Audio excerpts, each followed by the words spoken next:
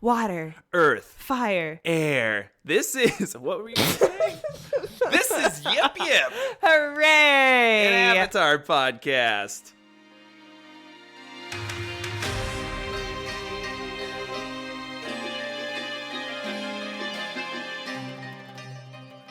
Hey, can we get started? You have a frog in your throat. That's arguably the most adorable thing that's ever happened. Did you know it was in there? No. Guys, do you ever get frogs in your throat and you open your mouth to speak? And Jordan likes to call it out all the time, but then if it happens to him, he just plays it cool. No, I hold my breath and I let that frog live for as long as humanly possible in my throat. Troy, what's frogs like for you? Neutral. Neutral frog. Well, first, last week, the last time we did the pod, it was she clicks her tongue before she speaks. Now that wasn't just last episode. That's like every episode. That's been since November 1st, 1988, I think. Please do not reveal my birthday. That is personal information. Okay, February 29th, 1842. Okay, for the millionth time, could we get this party started? Yeah, our headphone was like falling out, so everything sounded goofy, and we were very confused, and I'm very technologically advanced. I'm a robot. That's what we're talking about. So I will start. Welcome to Yip Yip. Hooray. Wow, that was very good. An Avatar podcast. Are you trying to communicate with squirrels? Well, but when I do it, I think it's usually just one. It's just one. I'm trying to bring awareness for myself. Katie also needs to bring awareness to crossing her legs. Her chiropractor said that she's crossing her legs too much. I know. And so then when you try to stop it, I realize I'm doing it all the time. So that's special. God, it's just like me and meth. Like, I'm told to stop by my chiropractor, and then I just keep realizing I'm doing it. It's not good for your heart, so you need to switch to heroin. And then that's like a whole other thing. You know, I can't find the vein. You know what? That's probably a little insensitive, you guys. So now I'm drinking chai tea. Hi. What are we doing here? I don't even know anymore. So, for the record, I feel like for these 3 specific episodes, the writers just said, okay, how do we make all 3 of these just as dark and emotional as possible? Aw. Why are you just jumping right in? We haven't even done an intro. Yeah, who are you? Introduce us, Troy. Hi, welcome back to the Avatar podcast. The Avatar podcast. That's not the name. Yip, hooray, another Avatar podcast. It's not another Avatar That's podcast. Are you fine. sure you want me to do the introduction? No, I am Troy Peterson Hi, Hello. with my sister. Jordan. And your other sister, Jordan. This is stupid. You guys can just turn this off now if you want. Better not turn off. So we started off with a good episode called The City of Walls and Secrets. You've yet to be introduced. Say my name, Troy. Say my name, say my name. My name is Katie. Wow. Me too. When no one is around you, Say, baby, I love you. Why Yeah, I you don't running game? Say my name. Wait, what's the name of the episode? So we started off with chapter 14, City of Walls. No, get comfortable, Troy. Just bring the chair in if you want. Sorry, everybody. Guys, if you hear it, He had the green tea, remember? which is like amino acid, I don't know what you're drinking. Close enough. So if you guys hear any ambient sounds, it's no longer their cousin on a motorcycle. Now we have like a whole crew of like, I don't know, burly men and heavy machinery replacing a culvert. And they're doing something with the stream. And I think they are redirecting the stream. And so at night, we tried to watch stars last week. Watch stars. Wow, we tried to watch, like, stargaze. Like, I don't know, it sounds like Stars on Demand or something. Hey, there's some good, there was a movie on stars. They on were trying to Demand. watch Stargate Atlantis. All right, we were trying to look at the Perseid meteor shower, which Katie and I have been chasing for like 8 years at this point. I don't know if we'll ever actually see it. No. Anywho. So yeah, we're laying out there stargazing, and we hear like gurgle sounds coming, and it's like the stream being redirected. So you might hear some heavy machinery in the background. Don't worry, we're not being abducted by a freight truck. Good, or like a light buzz. This is like, Or I don't know. And we got different That's all noises. coming from me. Yeah, Troy, he's a robot. Do you have Yeah, Troy. You have dimples? Wait, smile. Let me see. Oh, Troy does have dimples. So Wow. the longer we do this podcast, the more Kate and I actually find out about each other that siblings should know We're really connected. from like a early childhood. Actually, these two were separated at birth, so they've actually never met until this podcast. It was a way to bring the family together. Family reunion. And I'm also your brother. Well, anyway. So, dimples. Troy is introducing this episode. Yes, I am. now I'm done introducing this episode. All right, so we started off with episode 1. Yeah, we started with episode 1, and then we just kept going. Now we're on chapter 14 of season 2. Katie's like fanning herself. hot. I It's don't summer. It's summer on the Oregon coast. It's a so little hot. muggy. You never hear about Telemukians talk about how hot it is here. It's usually how rainy it is or how sluggish the weather is. But when you actually hear that we are Sluggish? What does the that weather mean? is? Sluggish? sluggish, muggish, No, I don't think sluggish. muggish, huggish, buggish. And, it's a slow weather. You're like, oh, it's kind of sluggish today. basically, The it's clouds. never that warm in Tillamook. So we are very appreciative, and we're trying to handle it as best as we can. Okay, I'll This talk is about the the longest episode. introduction to an Avatar podcast ever. Yeah, we're not okay. Is that what we're doing here? I don't know. Katie, take it away. Okay, so whatever the name of the episode was, of Walls and Secrets. we finally make it to Ba Sing Se. What was it like finally going to Ba Sing Se for you, Troy? You've never been. Well, Let me tell you a little story. Well, they've been talking about it for a while. yes, they have been. And when we finally saw Ba Sing Se, I thought... Thank you for not saying bong Sing Se again. I've been practicing every day. Looking in the mirror. Ba, ba, ba. Bears, beats, Battlestar Galactica. Oh, Jordan's going to be so proud of me. Oh, my good little sister. Okay, let's So- hear it. No, I What do you get, think? Okay, dimples. so they go inside the city, and I thought to myself, weirdly enough, it reminds me of where we live. How? It's a giant metropolis. A Chinese metropolis. Yes, and it was just this really weird because growing up, I always looked at like how we're always just surrounded by what seems like a bowl of mountains, and we're just like this town is plopped right in the middle of it. It's called a valley. So we're plopped in the middle of this valley, and I'm like, Ba Sing Se has got a wall instead of mountains. Other than that, Not the same population. I too. actually, I had high hopes for Ba Sing Se, but it was, for somebody that's never seen it before, I was like, okay, that's a pretty good sized city. Yeah, it's huge. And like 3 tiers, which is really interesting that we're kind of exploring like the socioeconomics of this giant metropolis. Oh yeah, no, and super like creepy Ba Sing Se. So Jordan and I, for our honeymoon, went backpacking in Asia for a few months, and we ended up in Singapore. And I don't know, it's not like a fair comparison, but similar enough. Like we really liked it at like just kind of first glance, I guess. And I wouldn't say that we didn't like it in the end, but there were kind of creepy factors of just kind of the government watching you, and they wanted to keep it nice. I think they had paid citizens to kill off the birds so that Back in like the 60s. right, so that the birds weren't making a mess on the streets. Like, so Singapore's very clean. If you're being too loud or disruptive, they encourage kind of the neighbors to keep tabs on each other and to report anybody who's kind of acting out. It's illegal to bring gum into the country. We were going to sleep on the streets one night because Singapore was really expensive and we were on a budget. But yeah, you don't see any homeless people anywhere. And somebody advised us not to do that because the police might come in the middle of the night and just kind of sweep you up off the streets and take you to somewhere else.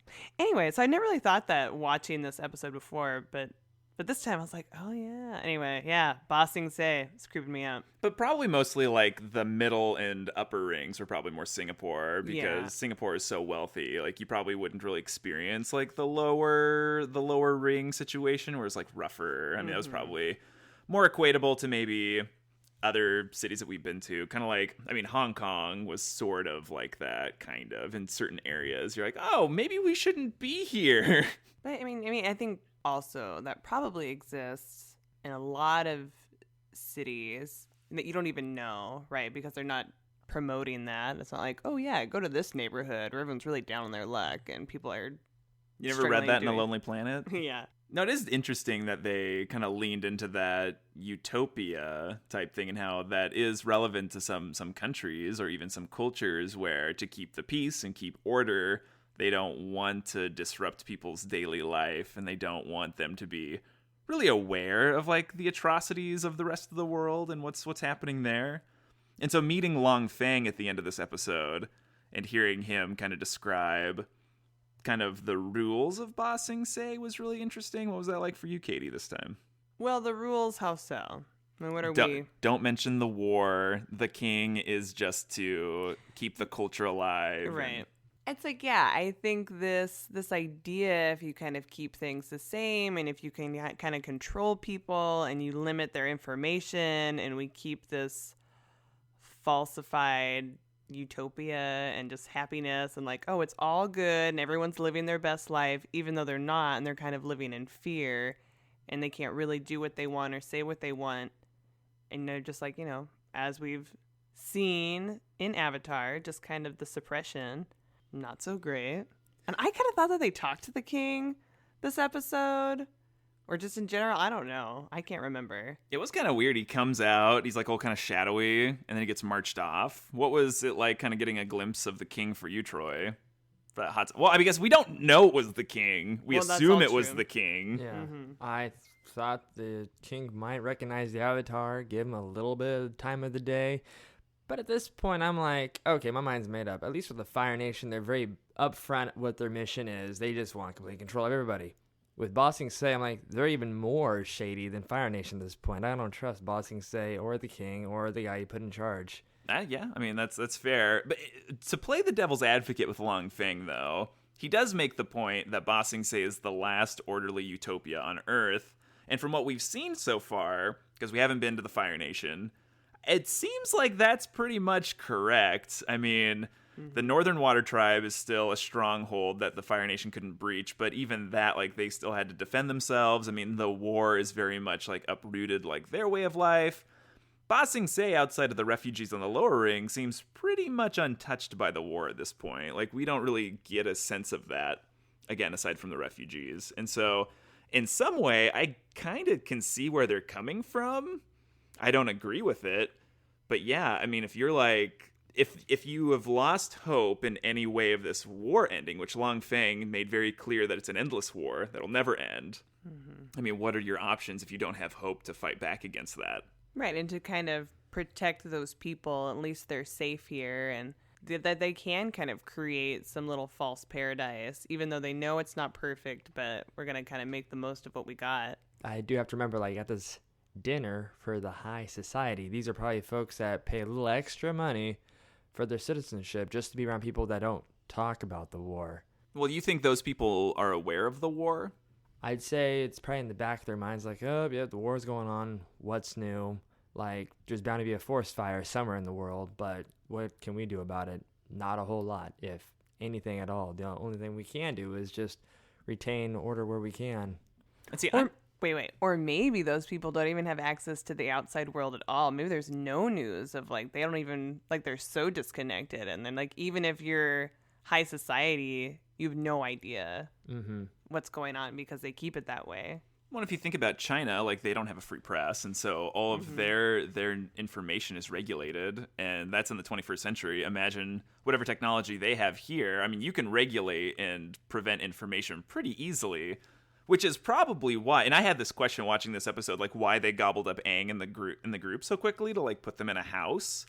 Obviously, it's to, like, contain them so they don't go out and are, like, trying to talk to the people and, like, I don't know, gain some sort of, like, momentum to, like, help their cause. Because it seems like, according to the lore that we've learned so far, Ba Sing Se really hasn't meddled in the war very much. Like, they just kind of stood stoic, even in the face of Iroh trying to lead that 600-day siege.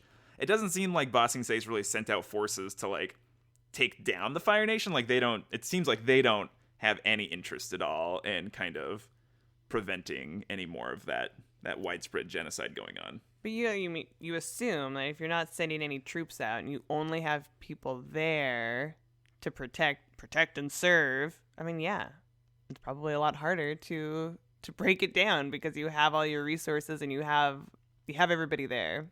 And I'm not a scholar on Eastern history, but I'm assuming that's probably what just ancient China did. They built the Great Wall. They're like, we don't necessarily need to expand. Like, we'll just defend ourselves.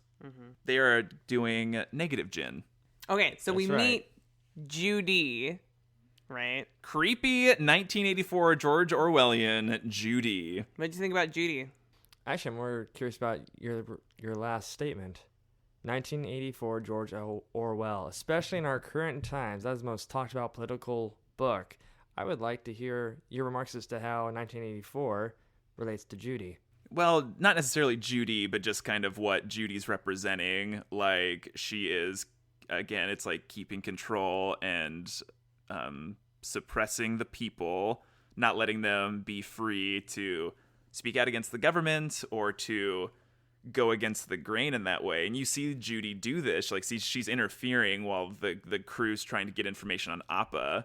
And they're talking to these people who are very aware that they are not allowed to be talking about this, and that point is ballooned when you pan over to Judy, who's like shaking her head and smiling. So they are like information is not allowed to be spoken out here. And obviously the Dai Li, you have like this secret police, just like in 1984 you have this force. Oh yeah, you can hear them Just listening. so yeah, if you do any sort of thought crimes, if you're going back to the 1984, it doesn't matter if you're going to act on them. Just the fact that you have the capacity to put a thorn in the side of this government, this authoritarian regime, Big Brother figure, like they're going to do everything they can to stop you. And so that's where the Orwellian 1984 bit comes from with me, with Judy, is she's kind of the avatar of that society, if you will. Well, thank you. I really appreciate that explanation. Big Brother's watching you. Yes, they are. And again, back to Singapore, we felt that way because there were cameras everywhere in Singapore. But we saw that China's now that way too. Like just kind of a lot of cameras. I mean, and I think just like society. I mean, even here, everyone's tapping in. Everyone has cameras, like on your cell phones. It just kind of. Well, that's it too. It's like the price of safety. People are willing to sacrifice their own freedoms as an individual in order to give themselves a sense of like safety or information. I mean, what's that like for you? Or where are you coming from with that? I'm not coming from anywhere. I just wanted to hear what Troy thought about Judy. Yes. I'm Judy. Well, at first, I thought she was a Fire Nation spy. No! Oh my god! And then I realized, no, she's a Earth spy. An Earth Nation spy. So The Bear's a Fire Nation spy. Yes. The fact that... She's just a tour guide, Troy. She's just a tour guide, yes. At first, I thought she was... No, never thought she was welcoming. The first second you see her, like, foreshadowing music occurs. Oh yeah, I mean they're not subtle with that at all. No, they're not subtle with that at all. And I was just like, well, that makes it kind of easy. So what does she have up her sleeve? And it's like, she actually has quite a lot up her sleeve. Obviously, Judy isn't. It's not like a free thinking. I don't think that's she's doing her job. No, she's really bought into the propaganda. Propaganda. Propaganda. It's kind of like Uganda propaganda. Propaganda. So Judy was designed after a line producer on the show who was like the smiliest, happiest line producer, and so they kind of modeled her and turned her into Judy, which, I don't know, I'd have mixed feelings if I was turned into Judy. Totally. It's like, thanks, You guys. could turn me into Judy. Yeah, Judy. How many Judys are there? Well, what was that like for you at the end of the episode? Like, there's a new Judy. It was they either picked only the women whose names were Judy, conveniently, or that's just Earth Nation talk for, tour guide / spy. You're now the new Judy. I think it's a lot of brainwashing where it's like if you can clear the slate and start from scratch, and it's like, this is your new identity. Here, Judy, you're going to show these people around the city and make sure that they stay at the house. And then if you don't succeed with that, we're going to get the next Judy to come in. It's going to be your job now. What happened to the OG Judy? Yes. I know. I had my heart kind of sank for a little bit when the Avatar made his appearance and her face just went. Yeah, that was a very... Yeah, and then you're kind of like, does the crew feel really bad about that? Because they probably are like, oh no, what did we do to Judy? I don't think the crew cares about it that much. Honestly, their reactions wasn't like, what happened to Judy? Well, the heck. All right, new Judy. Will you guys ever listen to us? Moving away from Judy and talking about Uncle and Zuko, and they get their tea jobs because they finally make it to Ba Sing Se also. And Iroh has trimmed up his beard. He's looking pretty good. Except clearly also a little rounder in the belly. Can't get that apron on. Well, you know. That was pretty great for me. So in the Avatar art book, my little Bible thing, they have a whole section about Ba Sing Se, where Mike and Brian kind of describe like the symbolism for Ba Sing Se, and he mentions how Iroh failed his 100-day siege of Ba Sing Se, which in the show, in the first season, it's a 600-day siege. So even Mike, the co-creator of the show, is confused on the semantics Oh my god. of the siege. So they talk about how it's symbolic for him, this place where he faced his greatest losses to kind of finally be in Ba Sing Se, which is probably just really mixed emotions for him, but he's making the most of it. Maybe he feels good that he can just, like, that he can kind of start fresh. And he's like, I can just be here. I can just live. And I don't have to be the general. I don't have to be, like, doing all the stuff for the Fire Nation. I can just be here, make my tea. Well, Iroh was the crown prince and first in line to assume Right. the throne until we're assuming, like, 7 or 8 years ago. And so, yeah, his whole life has just been dedicated to that. Mm-hmm. And I do like the quote that he tells Zuko, life happens wherever you are. It's nice. That is nice. Mm-hmm. You got that, Dimples? Yes. So what do we think about Jet and the crew? Paranoid Jet. I'm kind of bored with Jet at the time. Why are you bored with Jet? I feel really sad for Jet because obviously he's right? He sees something that's off with Zuko and Iroh and wants to prove it and can't. And then, has this, like, paranoia and, like, he can't just let it go and just kind of put himself first and, like, starting over, and has his friends come and they try to help him. And it's just really sad to watch because it didn't have to be like that. Well, and Jet is such a tragic character in that way. I mean, he tells Smellerby and Longshot that once he finds out all the information he needs, he's just going to report him to the police. Mm-hmm. But that goes awry because he just he gets so fed up waiting to catch them. And so he loses his cool, which obviously Jet has no cool whatsoever. And then that leads to him busting into the tea shop, which in the Avatar art book, they talk about how every time someone bends in the show or there's a martial arts sequence, they have video footage that they use for reference for every time they do that. And so in the book, they have all these pictures of Sifu Kisu, the martial arts instructor and bending instructor, and Brian Konietzko, the co-creator. And you see these stills where Brian or Sifu Kisu, they're either holding like the twin hooked swords that Jet uses or the broadswords with the like little flaggies that Zuko's using. And so you can see them creating what they ended up animating. And so it's really cool to like see how they get like the shots and they frame it all. And the storyboard artists and the animators go through and they make it look as realistic as possible. So yeah, the fight, that sword fight between Zuko and Jet, yeah, it looked like they did a really good job of bringing that over. Yeah, it was just something I didn't see coming, to be honest with you. He keeps wanting Zuko to firebend, but Zuko's like, no, I will not. I don't know what you're talking about, you know. Me and Yeah, that's all Jet's saying. He's like, hey, it'd be pretty good if you got some of that hot stuff out right now, huh? But And I think you mean Lee. Lee doesn't know what he's talking about. His Oh, name's Lee. not Zuko. All right. his name is Lee. Sounds like Rush Hour. That's, His name is Lee. Sorry, forget Do it. you understand the words that are coming out of my mouth? I literally did quote Rush Hour when I said that. I left out one specific word, though. No, but a question that never popped in my head until today was, who's the better sword fighter? Who do you think? Who is the tie? Lee. Possibly. I mean, I love that Zuko just grabbed that dude's swords. Let's go. Busting into the tea shop, That is accusing us. probably one of Zuko's all-time high moments where he walks past an officer, the guy goes to draw his swords, and Zuko's like, too slow. I'm better than you. And then Jet like cuts the table in half. But then Lee Zuko cuts the thing in his mouth. His wheat. His wheat. Almost cutting his nose off. That was the highlight. Poor Jet. Almost turned him into an MJ. Ugh. Whoa. So do you think they were right in capturing Jet and taking him away? For how much money they pay for the piece in that city? Yeah.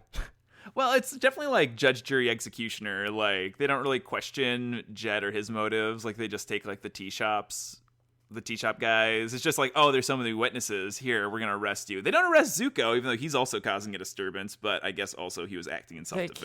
can't arrest Zuko. He's one of the finest tea makers in the city. No, he is not. Iroh is one of the finest tea makers right in the city. behind Iroh. No, Zuko can't do nothing Yeah, with tea. no, he's No. not. I don't Tea believe in him. juice. I think that they arrested Jet because he wouldn't calm down. Yeah, so it wasn't just some like bar fight type of deal. Yeah, I think had he been able to just calm down and walk away, maybe they would have left him. But yeah, and then obviously we see that he kind of goes to some sort of like therapy, and they're gonna retrain his brain to be like, you're safe here. And Yeah, re-education camps, aren't they fun? That's also happening in China right now with the Uyghur population. Check it out. Watch it. It's freaky. well, watch it, read about it, learn about it. Yeah, they also say all these like masks, I think specifically like the blue ones, like the mass-produced like medical masks, are being like kind of like slave labored in China from these like Uyghur population. So if you're not informed about that, you should look it up. Yeah, Last Week Tonight with John Oliver has a really informative, creepy, scary, sad video you can watch. So, moving on. Exactly my point. Darkest emotional episodes. Yeah. Starting off with Brainwash. So, on the lighter note, once we get back into the house where Aang and the group are, there's like some little like things I wasn't quite noticing before. Like, Toph gets like the booger when she's talking about being high society. And then we watch her flick it onto the ceiling, and you track as the booger flies through the air and gets stuck to the ceiling. And then, I don't know, a couple minutes later, at the end of that scene, it falls on Sokka's face. Yeah, it was really a whole moment. Makes me wonder how many kids that grow up in high society choose or try to leave that part of them behind just so they can just be like, whatever. If you're high society, can you send us an email? Let us Yeah, know. Prince Henry, can you tell me about Prince Harry? Wow. Henry. Come on. Yikes. Come on. Hey, you know, I'm Did not... we look at, maybe that is his real name. Oh, but he goes by Harry. Remember to blow your nose, don't flick. It's not cool. Don't flick. Okay, another bit that I really enjoyed was just Aang and Sokka just being two dumb friends. And I don't think we get enough of Aang and Sokka just having shenanigans together. And so I loved when they were having, they're like, oh, hello, Aang of the Air Tribe. Oh, Sokka of the Water Tribe. It's true. And the bows and the bow and the bow. And Okay, the bow reminded us, again, going back to our trip in Asia, we were in Japan walking around, and we saw this, like, it must have been a group date or something of, like, a bunch of guys and a bunch of girls who were probably a little bit younger than us, and they just, like, kept bowing as they walked away from each other, and they progressively, like, got deeper in their bows as they, like, it was, like, the opposite of Jets versus Sharks in West Side Story. I mean, we probably watched them do... over 10 bows back and forth as they kind of like backed up and like said goodnight. I loved it. And then they eventually hit heads. By the way, don't ever smack your head against somebody else's head. It hurts. I would know. It does hurt. I would also know. Did we do it together? I don't know. You're all discovering things for the first time. Maybe this is why you rattled your brains. Have you and I hit our head together? Yeah, I think so. Yeah. Just yelled if we put our heads together. Okay. But Lord Momo of the Momo Dynasty, like when we get that peek of Momo and he's like in the blanket and you hear a gong go off, hilarious. And then we get a repeat of that joke at the very end of that scene. I think it's pre-booger. Maybe it's post-booger. But yeah, Momo walks by carrying the blanket. And you hear that gong again. Makes me laugh so much. Okay, that almost made me laugh. But you know what was nice? The King's Bear. Huh? You liked the King's Bear? No, Not but a I platypus bear. liked when they were trying to figure out which bear. We've raised a couple bears in this household. Whatever that means. No, Okay. We've raised two massive big dogs in this house over my lifetime, and they both acted like bears. They are both the color of bears. Who? Coffee and Sadie. Oh, you We consider adopted- Coffee a big dog? I'd say medium. I was a kid when we had Coffee. She was massive. She was a huge. I think that way about Bretzel sometimes. I'm like, oh, you're classified as like a big dog, and then sometimes I'll like look at her like in the mirror next to me. I'm like, I'm quite large next to you. Mm-hmm. All right, we go to the party. The girls are denied with the seal of the golden boar, so you know that thing's not. After they get dolled up and they're almost unrecognizable, in my opinion. And Aang blushes, but does he blush at Katara or Toph or both? Yeah, I wasn't really He's sure. blushing at Sokka. Well, Sokka flicks him in the head, so I don't think he was blushing at Sokka. The boar seal wasn't as fancy as we thought it was. It could get you a transportation, but it can't get you inside a high society party. That probably is more interesting to people of lower class anyway.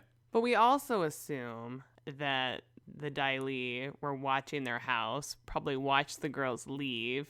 And so I don't think it was a surprise that they tried to go to the party and were denied.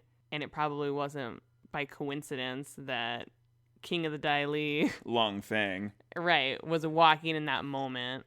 Oh, I never thought about that before. I was just like, oh, what a fun coincidence. But yeah, you're right. They probably were tracking them. Mm-hmm. Long Feng is a famous voice actor. Do you recognize him? I'm not even going to try to guess. Can I have a clue? His name's Clancy Brown. Have I seen him in something?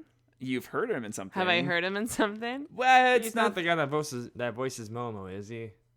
No, he's not. That guy's Chong. Chong, the guy from Cave of Two Lovers. Hey, river people. What kind of people are you? He voices a main character on another Nickelodeon show that's been going on since 1999. I don't know any of those other SpongeBob. Okay, you're right. Who do you think he voices? Patrick. He voices Mr. Krabs. What? Yeah, and he's Surtur in Thor Ragnarok. I think that's who it is. The giant fire monster at the beginning of Thor Ragnarok. What? That's Clancy Brown. Wow. Were you into SpongeBob, Troy? Of course I was. Yeah, see, and I definitely SpongeBob wasn't. literally teaches kids like the basics of excellent customer service. Well, they also teach you like just to be a man-child and not to drive, and maybe aspire to just being a fry cook. And well, I guess it's just happiness. Okay, I take it back. Were you inspired by SpongeBob, Troy? Well, they had that episode about the mossy rock because SpongeBob and Squidward get lost, and they had to ride. And they Are had you blushing? Yes, I am. Oh, the pioneers used to ride these babies for miles. But no, the mossy rock. That was the one episode I still remember to this day, but I can't remember how you find your way off of a mossy rock. Is this a riddle? Yes. How does one find their way off of a mossy rock? Let's talk about that on the SpongeBob podcast. Who lives in a pineapple under the sea? Okay. No. So we all make it in. The girls are at the party. The boys are bus boys. And like Momo's tail's hanging out of the back of Aang's hat. Yeah. Oh yeah, Aang like entertains the bear. I mean, that was kind of nice for me. And he takes everyone's drinks. Well, you know. Okay, so then we meet Long Feng. The king comes and goes, the king and I. And then, yeah, Long Feng's kind of sketch about Appa. He's like, oh, it'd be a shame if you wouldn't be able to complete your quest finding your bison. Right, it's definitely kind of a threat, which is too bad. And so I don't know. How are you feeling about him, Troy? I'm giving up on the Earth Kingdom. Oh, dang. Don't give up on them. We're still here. They surpassed my expectations by the sheer size of the city. But once I found out just how shady everybody is, I'm like, no, you guys aren't any better than the Fire Nation at this point. Well, yeah, I mean, they're definitely more... They're just people. Isn't that just, you can just say the that river people. You can say that about everybody. No one's better than anybody else. Everyone can be shady. Everybody can be great. Everybody. Oh, yeah. What quote was that I said the other day? Oh, I read it at Mr. Rogers' notes. It said, if you... once you heard someone's story, there's no way you couldn't love them or something. Which is very nice. So the Fire Lord, you could hear the Fire Lord's story, and they'd be like, oh, I love the Fire Lord now. Well, or you could have love for someone once you understood how they got to that point. When you understand people and you know their stories, you're like, oh, yeah, you're really shitty right now, but I can understand why. Maybe. Yeah. So we move on to the next episode, which... I was surprised by this because you get to Ba Sing Se and everything's just been so serialized at this point. You get this next episode where the series kind of takes a breath almost, and we're not going to continue the plot. Was this Dr. Movie were any of these episodes by Dr. Movie? Tales of Ba Sing Se was Dr. Movie. The other two, JM. I totally knew it. I mean, you could tell by those bulging eyes and tiny necks and goofy movements. I mean, the way Iroh ran in his little bit... You wouldn't see that in JM. I feel like JM animation's a little more grounded in reality, just slightly more. Okay, so Tales of Ba Sing Se, we get, I don't know, 5, 6, like little snippets. So these episodes... 6. I counted. Oh, dang. Okay, so little vignettes. And so we're not progressing the plot necessarily, but we all get these like character moments. And so these episodes weren't written by the writers, like the traditional writing staff of the show. The head writer just wanted to give anybody an opportunity to write an episode. And so these people who were producing them, writing it, and coming up with the ideas were just on the crew. And so they were like producers or production assistants or directors. So these episodes for me... Let's talk about all of them. You want to go in order? Yeah. Okay, Katara and Toph. They get their spa date. So here's my deal with that. Is all the boys got their own episode, and then we grouped the girls together. That was an interesting thing. And it's like, oh, and of course they're girls. Let's send them to the spa. I mean, it was kind of not super great for me. Of course, there's a nice moment that Katara is trying to lift up Toph, and it is interesting that whoever came up with that theory, they're like, oh, the girls can go off on their own thing. Like they couldn't have thought anything better or more clever. You know, because it's like, yeah, Aang and Sokka, we could have combined their hot mess thing where it's like Sokka's doing poetry and Aang's letting out all the animals and creating a zoo outside the city. Anyhow. Yeah, I mean, it was a nice tender moment with Katara and Toph, because usually they're kind of like at each other's throats for the most part. Like they just disagree a lot in the show because they just have contrasting personalities. And I also think that that's kind of how we're going to like group the girls together, and and this is what we can do with them. So if you would rather have had Katara and Toph have had their own episodes, what kind of adventure would you have liked to see them go on? I'm not really going to go there. I think if I really thought about it, but it doesn't matter because it's already said and done. So, people, let's just be aware that Avatar is really good, but as we know, could be a little bit better. And maybe the boys should have gone on a spa date. Right. But seeing Toph get her feet worked on was pretty hilarious. Trying to like take a pumice stone to those bad boys. Mm-hmm. Troy, what'd you think? Well, I feel like this episode could have gone without the Sokka and the Aang snippets. Why? Just like most books I read, like it feels like 50 to 100 pages you can rip out easily and still get the whole idea of the book. They could have easily done half the episode dedicated to, to Toph and Katara, or done their own little tales, and then ended the episode with Iroh. That would have been more powerful. The fact that they added in Sokka and Aang, who are already like big characters, they've been sucking up so much screen time at this point. It kind of saturated the episode, and I'm just like, eh. Okay, hear me out. Like, I think this whole episode would have been so much stronger if we had just done like a Zuko alone and had the entire episode about Iroh kind of going through Ba Sing Se and reliving what he experienced doing the siege and losing his son. And I think that just would have been a incredibly powerful episode if they had just done that and kind of expanded his entire story to be a full episode. It would have been really bold and just really incredible to watch. It was wasted potential on my end. Right, they had these really super awesome moments of like a lot of heart, but then there was like so much BS sprinkled in it. It was just really like they could have easily just had, Toph and Katara for half the episode going over their histories and sharing their histories with one another and how they feel about boys or what they really No, because then if they talk about boys, they fail the Bechdel test. Two female characters should never talk or argue about a male character. Right, they don't need to talk about that. But I think what you were saying with their histories, just like where Katara grew up and how Toph grew up, and that would have been something interesting. Yeah, sweet and funny. And I think the point of that episode is like bringing them closer together. But yeah, Troy's right. Like it would have been. There are better ways to do that. How did the workers handle Toph growing up? Like, she said she was raised in high society. I would have liked to see how she was raised and how she lived before she joined the Aang gang. Yeah, a lot of telling, not a lot of showing in that regard. But, I mean, do you show a flashback?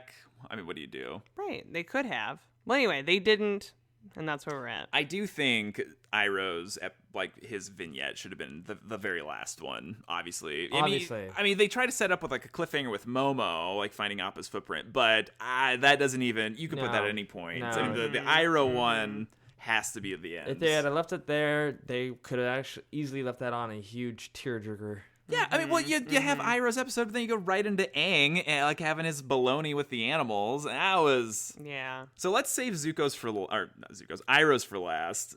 So we have Aang, and he goes out and lets the animals out. There's, like, a nasty Bossing Say public zoo. And the zookeeper literally says, "My zoo's nasty and broke." Yeah, no, like the dialogue was just kind of awful. They weren't writers, Katie. Yeah, no. Sorry, guys. No. Let's not even talk about it. We do have an awesome Avatar moment when we find out that When he takes the land. when he takes the whistle, and because the animals are just going, they're just losing it. They're going ape on the city. Yeah, did they just open up all the cages? I guess so. But why did the bison whistle work for all the animals? Where it's like, oh, you're going to make everybody respond. Here, I got a whistle for that. Every animal reacts positively to the bison whistle. Yes, Apparently. and so when Aang goes, "Man, this is so much easier in my head." Of course, kind of a cheesy line. Sorry, people. But when he just goes, that's right," and he blows so hard into the whistle, you see the sound wave stretch across Ba Sing Se. I thought that was corny, but at the same time, that was awesome because I like it when Aang really focuses hard and he really uses his powers for order or for good. Mm-hmm. And he didn't even have to be in the Avatar state to achieve it. But had he been in the Avatar state blowing on that whistle. Okay, but can we talk about how Aang just unilaterally decided he would just take all that farmland? Like, it's clearly farmland. Like, it's like all kind of positioned and like squared off. It's probably owned by the government. It's fine. But still, he took it. He was for the greater good. We know what Ba Sing Se's creepy. The Dai Li would have arrested him. Okay, moving on. Okay, Sokka. We get the haiku master. I liked it because I think haikus are hilarious, and I tried to make really funny haikus, and I think that's fun. Yeah, no, it was delightful, but it wasn't. Yeah, no, it was fine. It was weird. It was off-putting. I didn't see it coming. I don't understand it. Like, I never knew Troy's like, Sokka "I hate was into this." poetry. He's never even mentioned it until this episode. Troy's like, boo! Hey, he spent weeks in the Northern Water Tribe with Yue, who was a cultured princess. I'm sure she taught him. That has nothing to do with it. Okay. Yeah. Okay, but what did it do to progress Sokka's character? Nothing. Right. You just have like a moment. And with Aang too, like I guess he had a little bit of like being clever, but yeah, Sokka was just getting into shenanigans. Sokka's part was totally like, okay, last chance, Here I'm walking by, I see this girl in the window and I'm gonna creep on her, and then I get kicked in through the window and now I'm here busting out some haikus. Good one, guys. Yeah, it's a slam I just poetry rocked all y'all girls. But then like the main, like the leader was like kind of weird, like especially pulling out the plum to squish it at the end. I was kind of hoping that she was gonna end it because I was like, "What are you like?" She just kind of walked away. I was like, "No, kick him out and end this." Well, he ended it for himself when he did a haiku that was 576. I just wish she would have done it. Too many syllables. Boo. Boo. Okay, Zuko. Wait, really quick now that I'm thinking about it. Sorry. Hold on. There's a moment. There's apparently a rumor, and this was generated by the Avatar Extras thing. We'll come back to the Zuko thing, but I know I'm going to forget this. Longshot and Smellerbee are apparently together. Mm-hmm. I just wanted to drop that on you guys. Wait, you know this for a fact? It came up on the Avatar Extras thing, so it would play concurrently while you were watching the show, and like little bubbles would pop up throughout the episode. Oh, okay. And this one said like, oh, rumor alert. There's a rumor that Longshot and Smellerbee are like romantically involved or something. That was weird. That's funny. This whole time I was assuming they were siblings. No. I feel like they're really close. They understand each other. They just moved to a city together. Makes sense to me. So I just thought they were really good friends. And I always forget. Longshot never says a word. He's silent. Silent Archer. No. So he just needs someone who understands him. Yeah, mind your business. Doesn't matter if they're together or not. I am so sorry, you guys. This is the advice, you guys. Mind your own business. Okay, let's move on.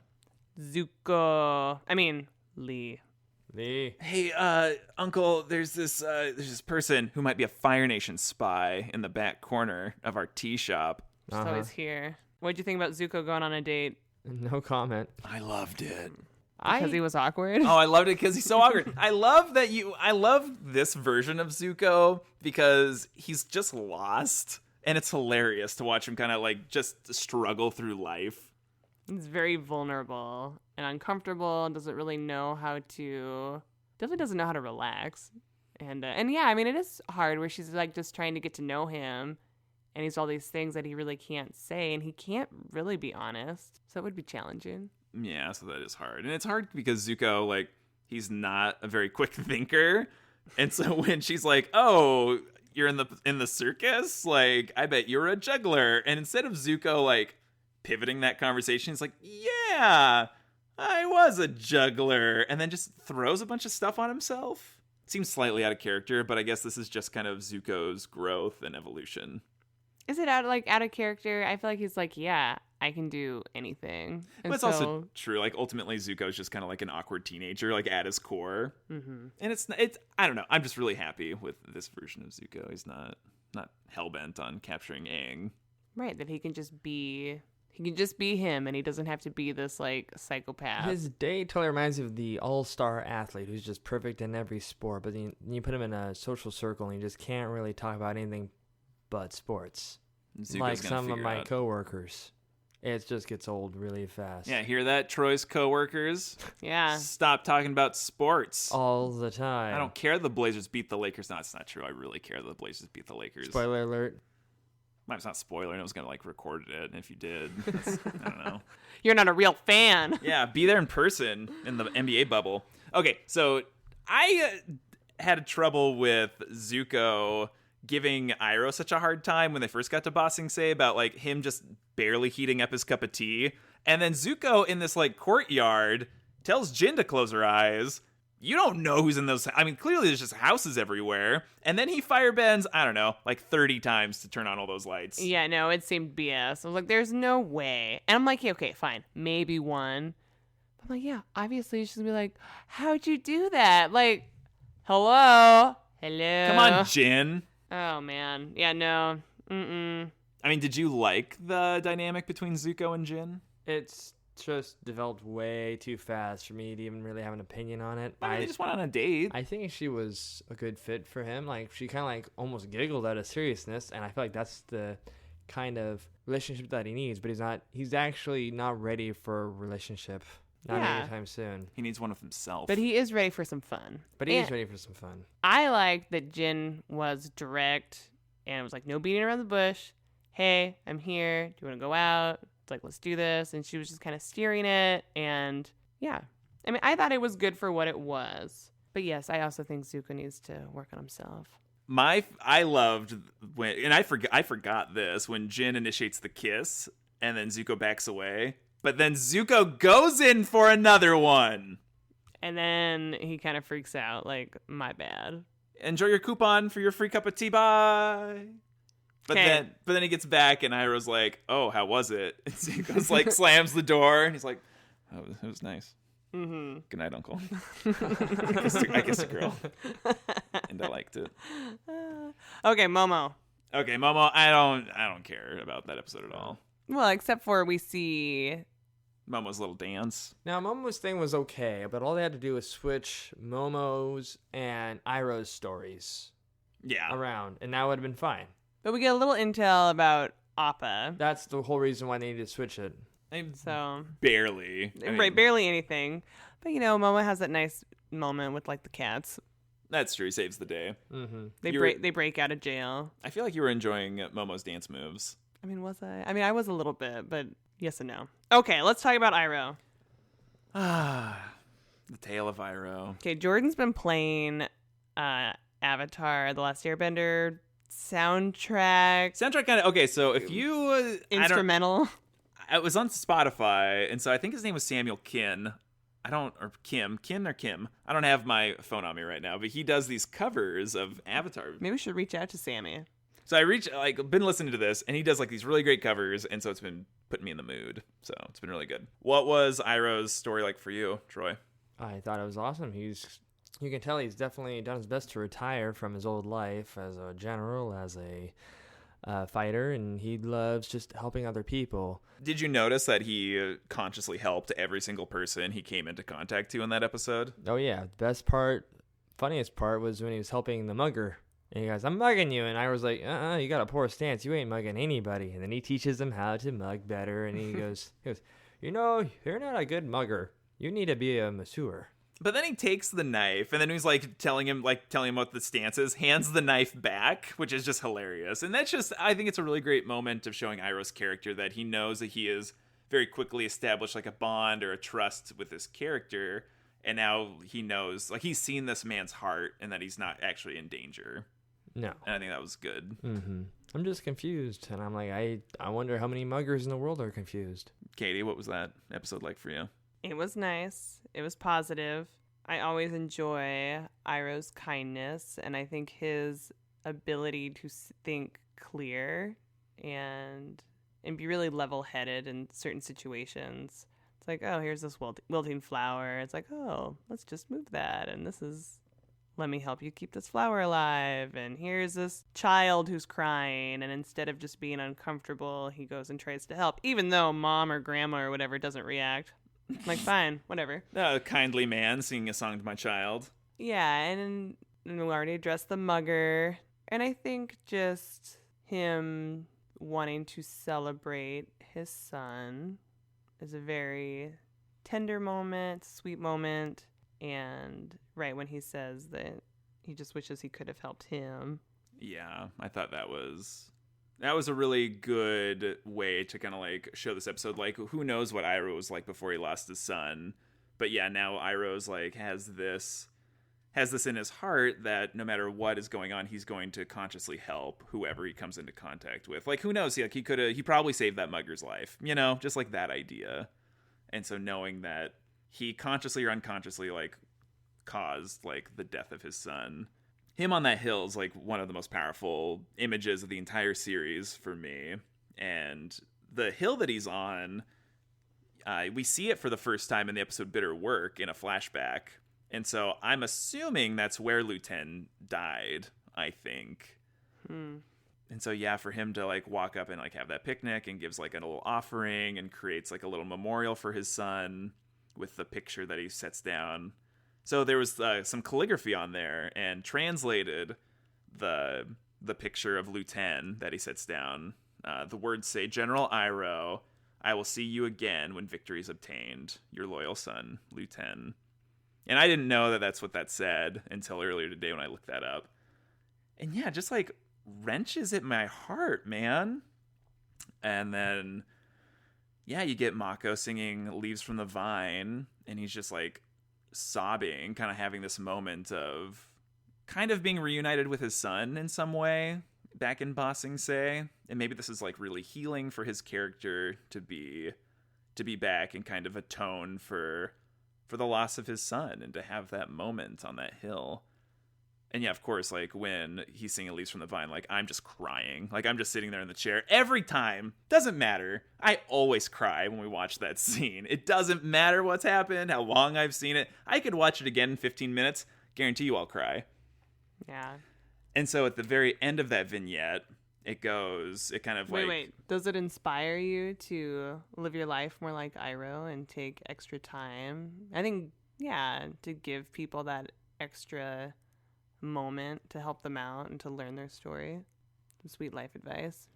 Maybe unconsciously, like I kind of try to be that way because of Iroh. Okay, so at the end of the episode, so the image changes and then it says "in honor of Mako," and so Mako is the voice actor of Iroh, and so he died July 21st, 2006 at the age of 72. This episode aired in September of 2006. Oh, wow. And so Mako had completed his voice work for seasons 1 and 2, but then he got esophageal cancer, and I think he very quickly went down. So Mako only filled his role for 2 seasons, and then he passed away.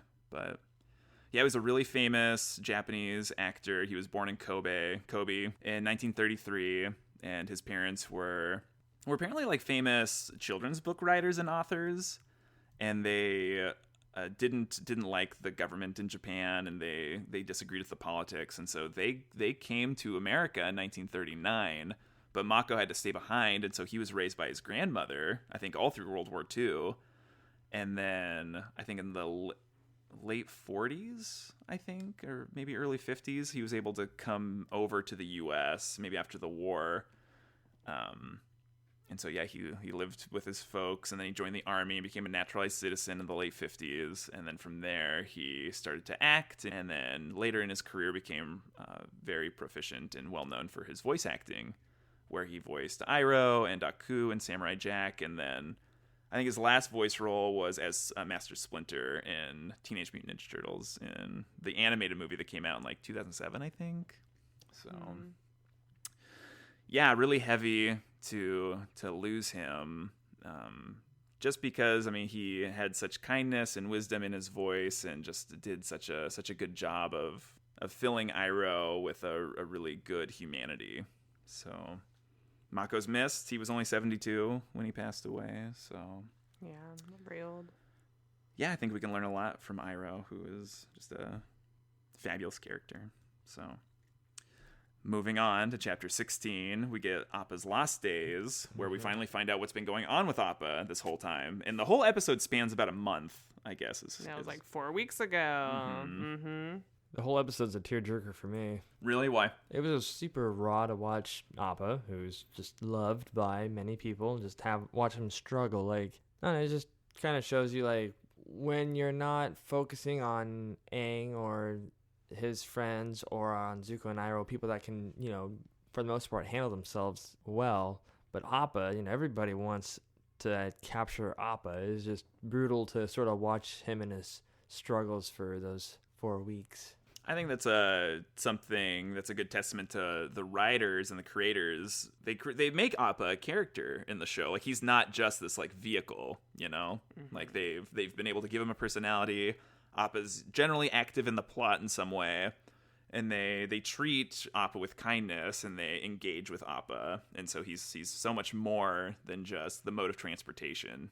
And so, yeah, for him to have such an impact on you is showing that they did a good job of that. They did an excellent job, yes. Yeah, I agree. This episode is tough. It's hard to see the circus and just Appa like taking a beating, and then he develops a fear of fire after this. I thought it was really powerful that they did paint that Appa gets this like PTSD and this fear, and that his trust was kind of broken with humanity, but he still has a lot of love in his heart. The circus that he gets sold to is the same one that Ty Lee's a part of in Return to Omashu, and so as series lore goes, after Ty Lee left, she was apparently like the star of the circus, and so they used Appa to kind of fill that role. And so this episode, it was called the Genesis Award from the Humane Society of the United States for outstanding children's programming because of their depiction of animal cruelty, and such as like circus captivity. And so, yeah, I think the creators were very honored with that award. They talk about it pretty regularly in like different material that's come up past after Avatar's come out. So What do you think about like when Suki finds Appa? And I kind of forgot that she showed up, which is good. And like the Kyoshi warriors kind of clean him up, and I guess I don't know was it like sticks? What was in his skin? it was from the porcupine, because it was a boar porcupine, and so that like those quills got into him. But so this was when Appa pulls out one of those quills. You actually see blood come out, and it's one of the only times in the series that you're shown blood.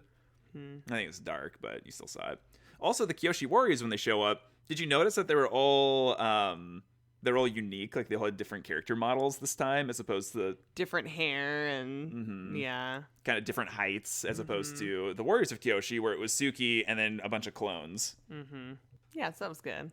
Yeah, I'm really happy that we've seen Suki so much this season. But then what do we think happens once Azula and the girls show up? Well, hopefully she survives. Well, we don't see who the winner was of that fight, and they're fighting Azula and the girls. Yeah. Right. Yeah, that's very interesting, and I think that counts as a plot hole. It's not a plot hole.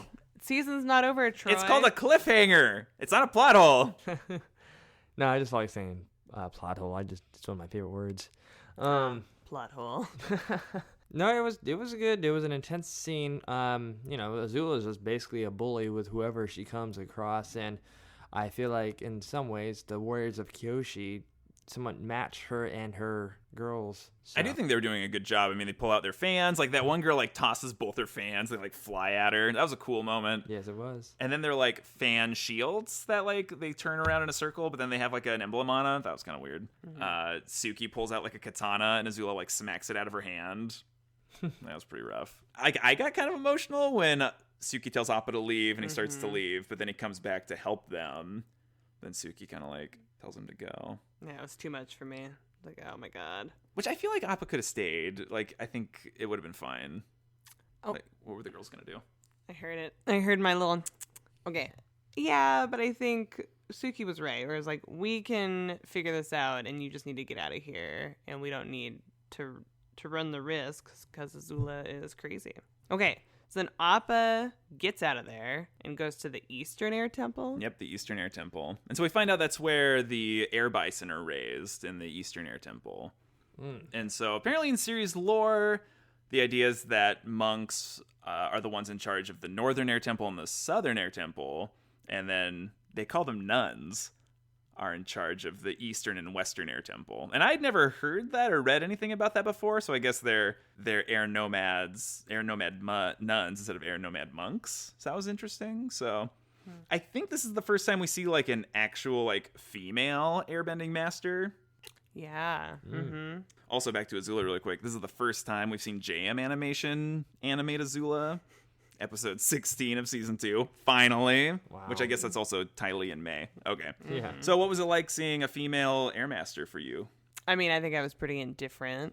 It was good to see, but I think I was just too caught up in the story of just kind of feeling sad for Appa. And yeah, obviously he's super upset, has a lot of turmoil and PTSD. And so for me, I think and again, I just kind of forgot about it. That, yeah, he kind of gets his energy read and gets his energy work done. So that was I was just kind of more aware of that. Well, because you've actually had energy work done to you since the last time we've watched Avatar. So, I mean... Yes. So yeah, it was taking me back to my own experience. And so that was, it was just interesting to see. It was also interesting that we meet Guru Patik, who I don't think we get his name in this episode, but he's like the first Indian character we've been introduced to. to. He did say his name. Okay. So he's the first Indian character we're introduced to, and it's interesting that he is very spiritual, probably the most spiritual character we have met so far in the show, and he just has like a very kind of Zen vibe about him. And is very respectful to Appa when like Appa keeps growling at him and just like allowing Appa to experience and give him space. I thought that was really nice. Where it was like, I'm just gonna lay here and just allow you to process those emotions. And then finally, when Appa is able to fall asleep, Yeah, but he doesn't do anything to Appa, which is nice. I mean, he reads his energy, but then after that, like, he knows he's not going to force Appa to do anything. He's just going to, like, kind of gently encourage him to follow this, like, trail of, I don't know, papaya. But, yeah, it was interesting that he did the same, like, energy technique that Aang does to find Appa and Momo in the swamp with the banyan grove tree. And so you just get, like, that light going on. And then where they talk about Aang and Appa being connected for life, and that was sweet too. I think you do get a greater sense of the bond between Appa and Aang in this episode. You get senses of it throughout the series, but this one it shows you like how important they are to each other, and showing like how Aang and Appa like met each other and how Aang chose Appa. I mean, we don't really know why, but I guess we're also just seeing the flashback from Appa's perspective. So some other lore. Apparently Guru Patik is 150 years old. All right. So he is, if you're thinking about it, the war's been going on for 100 years. He's 150 years old. When the air nomads were wiped out, he was already like in his 40s or 50s. So there's something there. And then other series lore that popped up while I was doing my research. Apparently there is the thing that popped up. It said there's a rumor that not all airbenders are gone, but they learned how to quote unquote become wind. So what does that mean for you, Troy? I'd say they actually did pass away, but their spirits became part of the wind, and that's their way of feeling how things are going for Aang and his friends. It's a nice lore thing. It is interesting when something crazy happens in the world, and so you look to like the mythical to kind of give you an answer. But it would be really interesting if we do find out at some point that the airbenders weren't actually gone, but they learned this like amazing technique where they almost like become one with the Force. It's because we have to have a Star Wars reference. Where you become one with the Force, and so you just like give your body to your element. So then finally, and this is a beautiful scene, once Guru Patik tells Appa where Aang is and to guide him to Ba Sing Se. I think it's a really beautiful scene of Appa coming into the city at night, and he kind of like passes by the moon, and that's really pretty. But then of course the Dai Li are like scouting the skies for Appa, and Long Feng is just ready for him. So, were you surprised that Long Feng, like, pretty much just abducted Appa at the end of the episode? Yeah, that was the final straw. That's what made me give up on Ba Sing Se. And that guy, I was like, what do you have against the bison? Like, let the kid have his bison back. Mm-hmm. And why do you think he did that? Somehow he's convinced himself that if Aang sees Appa, or if anybody sees Appa, like, it'll somehow alarm everybody in the city. But since Appa can fly, I'm sure Aang could easily use him to fly up to the Earth King's temple to tell him of the imminent war that's coming. Right, that's true. That would be the only reason why he hid Appa. Yeah, and to like kind of cripple them from progressing their own story, and to really give them no hope of having Ba Sing Se help them. So that's also interesting. What about you? And it's kind of interesting because you're like, what is his goal? You know, what does he want? Does he want them to stay in the city? Does he want them to leave? You know, are they happy with, like, the Avatar fighting the Fire Nation outside of Ba Sing Se? Right, you'd think they'd want him out of the city as soon as possible. Right, here's your bison, now, like, get out of here. I don't know, in a lot of ways I feel like Long Feng is fighting a losing battle, just in general, to, like, kind of keep all this out of Ba Sing Se. Like, there's got to be an exhausting upward battle to kind of prevent all this. And so there's no way you can keep all that information locked away for so long. So I think he's just kind of grasping at straws to do whatever he can to cripple Aang and his ability to alert the people. Yeah. So, where do we go from here, Troy? What's going to happen? We have about, 7 episodes left? 4 in this season. What? What? All right, we're getting there. Sorry. A little bit of twang going on there. No, what happens now is I pray for... He prays. I pray for... I pray for that Appa, and I'm excited for this season finale. Maybe Aang will definitely use all the elements to the extreme. Like, you think he's going to firebend? Oh, yeah. He's gotta. Well, he doesn't really know how to. Are they going to go drink tea? Yeah. Iroh's going to make the best tea ever here soon. The secret ingredient is love. So, I'm excited. All right, kids. The next episode, we're going to cover 2 episodes. We're going to do Lake Laogai and the Earth King. So until then, we're going to keep enjoying our sluggish weather here on the Oregon coast. You know what we're talking about. Yeah. It's not sluggish. Sluggish and muggish. It's muggish. And All it's right. warm. All right, chippers. Yip, yip. Yip, yip. Yip, yip. Yip, yip, yip, yip, yip, yip, yip.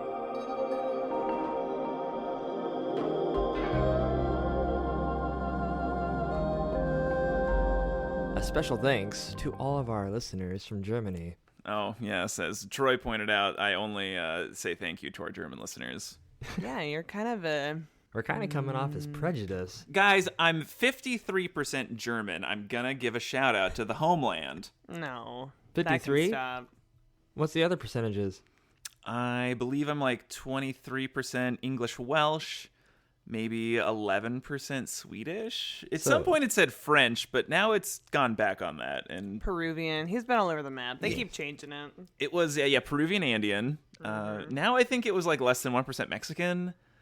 And then... Less than 1% Mexican. Yeah. So a shout out to all the Hispanic listeners out there. Swedish, Finnish, English. I think we had exactly 1 listener from Mexico City. Well, let's up that. We really appreciate you.